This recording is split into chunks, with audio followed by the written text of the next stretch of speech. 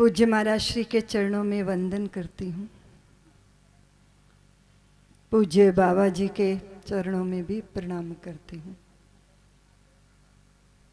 मंचस्थ सभी संतों को नमन करती हूँ और इस पवित्र स्थली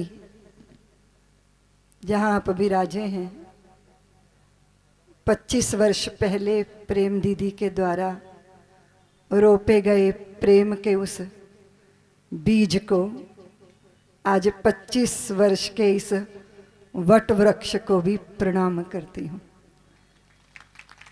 किसी भी चीज की निरंतरता बहुत मायने रखती है। हम अपनी संतानों को भी संतति इसीलिए बोलते हैं क्योंकि वो हमारी परंपरा का प्रवाह सातत्य रूप में बना के रखती हैं। हमारी संतानों को हम भौतिक विरासत ही नहीं सौंपते, बल्कि हमें ये भी भावना होती है कि वो हमारी परंपरा की भी संवाहक बने। निरंतरता बहुत मायने रखती है और निरंतरता को बनाने के लिए धैर्य चाहिए होता है। पटियाला के इस कार्यक्रम की यात्रा 25 वर्ष की यात्रा है। रजत जयंती समारोह मन रहा है। नदी बार बार सागर को मिलती है। सागर कहता है मैं तो खारा हूं, तू तो मीठी है, कब तक मुझसे आके मिलती रहेगी। नदी कहती है जब तक तू मीठा नहीं हो जाता तब तक तुमसे आके मिलती रहूंगी। इस प्रवाह को प्रणाम करना चाहती हूं मैं, वंदन करना चाहती हूँ आपकी इस निष्ठा की निरंतरता को। आदरणीय प्रेम जी की पुण्य स्मरण मुझे हो रहा है। मैं सोच रही थी कि गुरुदेव से भी मैंने कहा गुरुदेव पता ही नहीं चला 25 वर्ष कैसे बीत गए। संतों के बीच में सहज हम आनंद में ही होते हैं।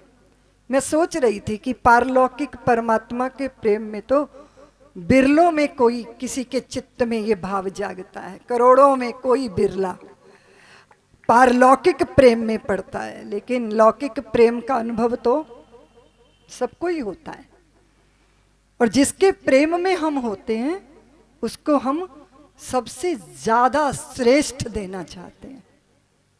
आपने देखा जब हम प्रेम में होते हैं तो जिसको हम प्रेम करते हैं उसको सब कुछ देना चाहते हैं। क्या देंगे हम उसको?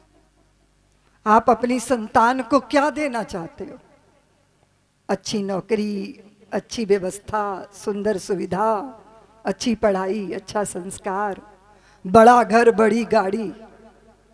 हर माँ बाप चाहते हैं अपने बच्चों को सब कुछ देना, लेकिन कभी हमने विचार किया कि श्रेष्ठ क्या है, देने के लिए क्या है? सबसे ज्यादा श्रेष्ठ चीज क्या है जो दी जा सकती है? वो है आनंद और शांति। कैसे दे दोगे जब हमारे ही पास नहीं है? दिया तो उसे जाएगा ना, तब दिया जाएगा जब हमारी वो संपदा होगी। जिस आनंद और शांति की आने वाली पीढ़ी को जरूरत होगी, क्या वो हमारे पास है कि हम उन्हें सौंप सके? वो हमारे पास है क्या? मन के द्वंद्व हैं, दौड़ है, ईर्ष्या है, द्वेष है, ऊहापोह है, व्याकुलता है, आकुलता है, सब कुछ पाने के बाद भी न्यूनता का बोध है। ये सब तो है और यही हम देते हैं। हम अपनी संतानों को बेचैनियां ही देते हैं, हम अपनी संतानों को समस्याएं ही परोसते हैं क्योंकि वही हमारे पास है, वही हम देंगे। आप जिसको प्रेम करते हो उसको श्रेष्ठ देना चाहते हो, पर उस श्रेष्ठ को स्वयं अर्जित करना पहले जरूरी है। तो पता होना चाहिए कि आनंद और शांति का मार्ग क्या है। अभी अभी पूज्य स्वामी जी कह रहे थे हरि शरणम गुरु शरणम, तो मैं विचार कर रही थी कि क्या हमारा मन हरि शरणम होता है, गुरु शरणम होता है, या फिर प्रतिष्ठा की शरण में है हम, या फिर जय जयकार की शरण में है हम, या फिर धन या पद प्रतिष्ठा की शरण में है हम, या फिर विषयों के लिए व्याकुल शरण में है हम। जो नहीं मिला उसकी उसकी व्याकुलता की शरण में है हम। कहाँ हैं हम, कहाँ खड़े हैं हम। मुझे आज एक बहुत प्यारे महापुरुष का प्रातः से स्मरण आ रहा था। वो कहा करते थे, मैं लुट गया, मैं लुट गया, मैं लुट गया। तो लोग पूछते थे, आप क्या लुट गए, आपने क्या लुटा दिया? वो कहते थे कि मैंने मन अपने गुरुदेव को लुटा दिया और आत्मा ईश्वर को लुटा दी। मैं लुट गया। और कदाचित वो जो हमको कहीं ना कहीं हीन भावना से ग्रसित रखती है, वो वृत्ति ही तो है, ये मन ही तो है। हमारे गुरुदेव कहते हैं कि मन की चालाकी जान गए, हम अपने को पहचान गए। ये जो पाने की होड़ है, ये जो और की आकांक्षा है, यही तो है। पर क्यों है? हम दुनिया भर को भी पाके चाहते क्या है? चाहते तो आनंद ही है, लेकिन आनंद मिला नहीं। बहुत पाने की चाह ने हमें ज्यादा दुखों में, ज्यादा बेचैनियों में, ज्यादा व्याकुलताओं में। बहुत सारे लोग पूछते हैं, दीदी माँ भगवान का हमने क्या बिगाड़ा था, वो हमसे क्यों बदले ले रहे? तो मुझे बड़ा विचित्र लगता है। देखो तो जरा, भगवान पर आरोप लगाते हैं हम, विधि पर, प्रारब्ध पर, किस्मत पर, सबको कोसते हैं हम, लेकिन कभी ये नहीं सोचते कि हमारी ही बेवकूफियां हमको इस दशा में खड़ा किए हुए हैं। इसलिए हमें जहां जहां समस्या है समाधान वहां करना चाहिए ना। दुनिया भर को बदलने लगे हैं हम, लेकिन स्वयं के रूपांतरण की कहीं कोई योजना दिखाई देती नहीं। दुनिया बदलनी है हमको, लेकिन कदाचित हम स्वयं की दशा दिशा बदले तो फिर आनंद कहीं से आ नहीं जाएगा। वो तो हमारे घर का मालिक है। ये मन जो दंदनाता घूम रहा है ना, बस इसी की जटिल जंजाल की उलझनों को समझने की जरूरत है। और सदगुरुदेव की वाणी लगातार हमारे मन के ऊपर चोट करती है। लगातार गुरुदेव ने जब जब कभी चोट किया, अभी पूज्य बाबा गेजा सिंह जी से बात हो रही थी। गुरुदेव की तरुणाई का वो समय था जब वेदांत का डिम डिम घोष करते सदगुरुदेव सारे संसार में विचरण करते थे। तो चर्चा ये चल रही थी, तब गुरुदेव की वाणी बड़ी चुटीली होती थी, चोट मारती थी। तो मैं चिंतन करने लगी कि गुरुदेव तो कुंभकार हैं, गुरु जो है वो कुम्हार, शिष्य कुंभ है, घड़ घड़ काढ़े खोट, भीतर से सहाय दे बाहर मारे। चोट जब सदगुरु की अंदर तक लग जाए तो समझना चाहिए कि शिष्यत्व पूरा हो गया।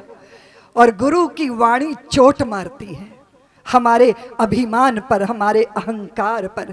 कभी हम धार्मिक होकर, धर्मात्मा होकर, त्यागी होकर, वैरागी होकर दिखाने का प्रयत्न करते हैं। इसलिए गुरुदेव कहते हैं परिवर्तन चुपचाप होता है जिंदगी में, ये प्रदर्शन की जरूरत नहीं है। और जितना प्रदर्शन हम कर रहे हैं ये कहीं ना कहीं हमारी हीन भावना है। प्रतिष्ठा चाहते हैं दूसरों से, मान्यता चाहते हैं दूसरों से, बड़ी गाड़ी, बड़ा धन, बड़ा वैभव, क्या दिखाना है हमें? तो कहीं ना कहीं अपने को बड़ा बन के दिखाने की होड़ में पूरा भारत लगा है। वो देश जिसने ये चिंतन दिया था कि ऊंचे विचार रखो, सादा जीवन रखो, वो देश दिखावे का शिकार हो गया। इसलिए सब जगह अशांति है, सब जगह बेचैनी है। कोई बड़ा है, कोई छोटा है, कोई नीचा है, कोई ऊंचा है। न जाने कब सब परमात्मा का अंश अपने को अनुभव करके धन्य होंगे, कृतार्थ होंगे।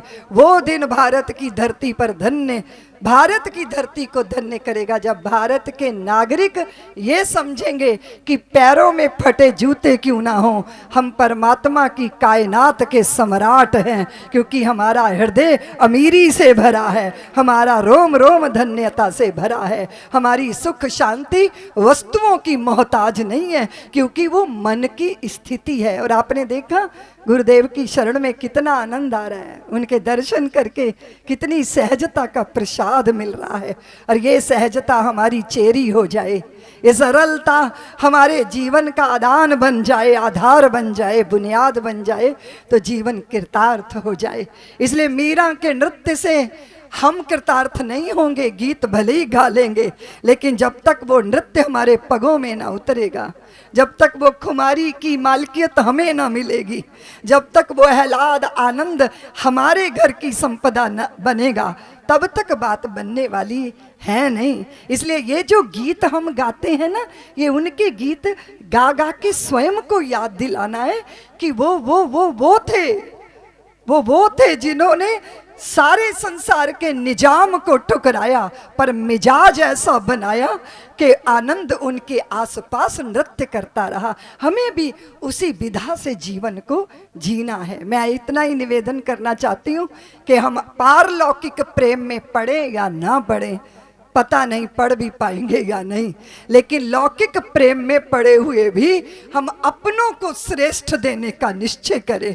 और श्रेष्ठ देना है आनंद और शांति, तो उसे पहले स्वयं अर्जित करें, ताकि हम वो संपदा अपनों को बांट सकें, अपनों को दे सकें, और इस धरती का हम समाधान बन सकें। बहुत छोटी छोटी बातें हैं जो हमारे आसपास बहुत आनंद विकीर्ण कर सकती हैं। बड़े बड़े बौद्धिक ज्ञान का पीछा करना छोड़ दो। सामर्थ्य जितनी है, वो मुझे लोग कहते हैं दीदी माँ बड़ी कमजोरियां हैं, बड़ी दुर्बलताएं हैं, कैसे होगा। हमने कहा कमजोरियों के साथ ही चलो, दुर्बलताओं के साथ ही चलो, पर चलो जरूर, ईश्वर की तरफ चलो जरूर, क्योंकि ईश्वर जब अपना लेते हैं तो दुर्बलता और कमजोरियां नहीं देखते, बस शरणागत का भाव देखते हैं। इसलिए अपनी दुर्बलताएं, अपनी कमजोरियां, उनकी चिंता मत करो। लेकिन जैसे स्वामी जी ने कहा कि गुरु शरणम, हरि शरणम, प्रभु शरणम, शरणागत वत्सल हैं वे। जैसे लिपटा होता है धूल धूसरित से बालक, और माता मलमूत्र में पड़े बच्चे को भी उठा के छाती से लगा लेती है, ईश्वर ऐसे ही हैं। वो हमें हमारे विकारों सहित स्वीकार कर लेंगे, पर हम शरण में तो आए, और वही है शरण, चरण शरण, जो आनंद और शांति का प्रसाद देंगे।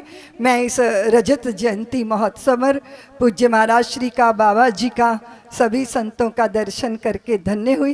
गुरुदेव कह रहे थे कि आज सब संत उमड़ घुमड़ के पटियाला के इस आंगन में आ गए हैं, रजत जयंती आज ही है। गुरुदेव की वाणी से निकला वाक्य वेद वाक्य ही होता है।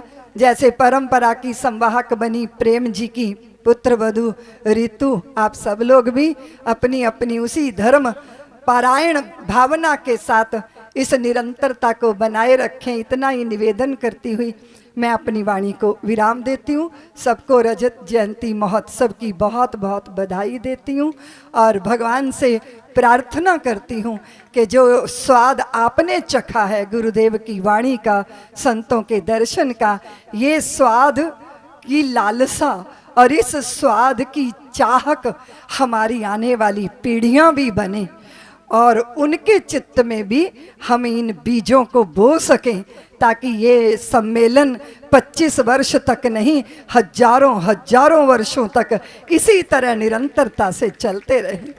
शिव भगवान ने धरती को प्रणाम कर लिया। पार्वती ने पूछा, यहाँ ना देव हैं, ना तीर्थ हैं, ना नदी है, किसको किसको प्रणाम कर रहे हो? भोले बाबा किसको प्रणाम कर रहे हो? तो शंकर भगवान बोले, देवी 10,000 साल पहले इस भूमि पर राम कथा हुई थी, इसीलिए ये भूमि पवित्र है। मैं इस भूमि को प्रणाम कर रहा हूँ, वंदन कर रहा हूँ। कभी किसी दूसरी भूमि को देखा तो भोले बाबा वहां भी दंडवत करने लगे। पार्वती ने पूछा, इस भूमि को क्यों प्रणाम कर रहे हैं? तो वे बोले कि इस भूमि पे 10,000 साल बाद राम कथा होगी, इसलिए मैं अभी से इस पवित्र भूमि को प्रणाम कर रहा हूँ। और ये हकीकत राय मैदान की भूमि तो 25 वर्ष तक लगातार गुरुदेव की अमृत वाणी से सिंचित हुई है। इस मिट्टी के अंदर वो सामर्थ्य आ गई है कि यहाँ जो भी बैठेगा, मौन, शांति, आनंद, समाधान, समरसता, सौहार्द, प्रेम का, पर दुख, कातरता, सब कुछ उसके हृदय की संपदा बन जाने वाली है। मैं इस पवित्र धरती को भी प्रणाम करती हुई, सबको वंदन करती हुई अपनी वाणी को विराम देती। मैं अपने ਇਹ ਮੋਢਿਆਂ ਤੇ ਗੋਡਿਆਂ ਤੋਂ ਬਹੁਤ ਦੁਖੀ ਸੀ।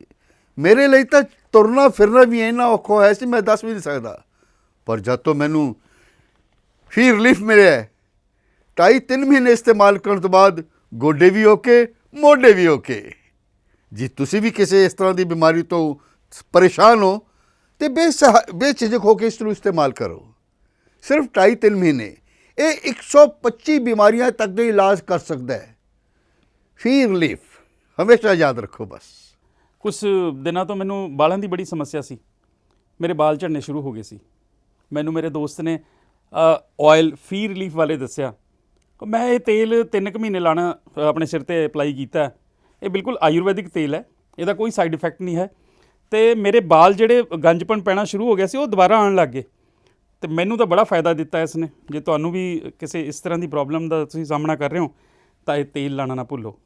ਕਿਤਨਾ ਕਿਤੇ ਅਸੀਂ ਆਪਣੇ ਬਾਲਾਂ ਕਰਕੇ ਸ਼ਰਮ ਫੀਲ ਕਰਦੇ ਹਾਂ ਕਿ ਸੋਸਾਇਟੀ 'ਚ ਬੈਠੇ ਹਾਂ ਕਿ ਕੋਈ ਮਜ਼ਾਕ ਨਾ ਕਰ ਰਿਹਾ ਹੋਏ, ਪਰ ਥੈਂਕਸ ਟੂ ਫ੍ਰੀ ਲੀਫ ਜਿਹਨੇ ਮੇਰਾ ਇੱਕ ਕੌਨਫੀਡੈਂਸ ਬਿਲਡ ਕੀਤਾ, ਜਿਹਦੇ ਲਗਾਉਣ ਨਾਲ ਮੈਂ ਮਾਰਕੀਟ 'ਚ ਹੁਣ ਬੜਾ ਹੀ ਕੌਨਫੀਡੈਂਟ ਹਾਂ ਔਰ ਇਹਦੇ ਨਾਲ ਮੈਨੂੰ ਬੜਾ ਫਾਇਦਾ ਹੋਇਆ। ਤੇ ਮੈਨੂੰ ਸਰਵਾਈਕਲ ਦੀ ਵੀ ਦਿੱਕਤ ਸੀ ਤੇ ਉਹਦੇ ਨਾਲ ਵੀ ਮੈਨੂੰ ਬੜਾ ਰਿਲੀਫ ਮਿਲਿਆ। ਇਹ ਯੂਜ਼ ਕਰੋ ਤੇ ਮੈਂ ਪ੍ਰੈਕਟੀਕਲ ਯੂਜ਼ ਕਰ ਰਿਹਾ।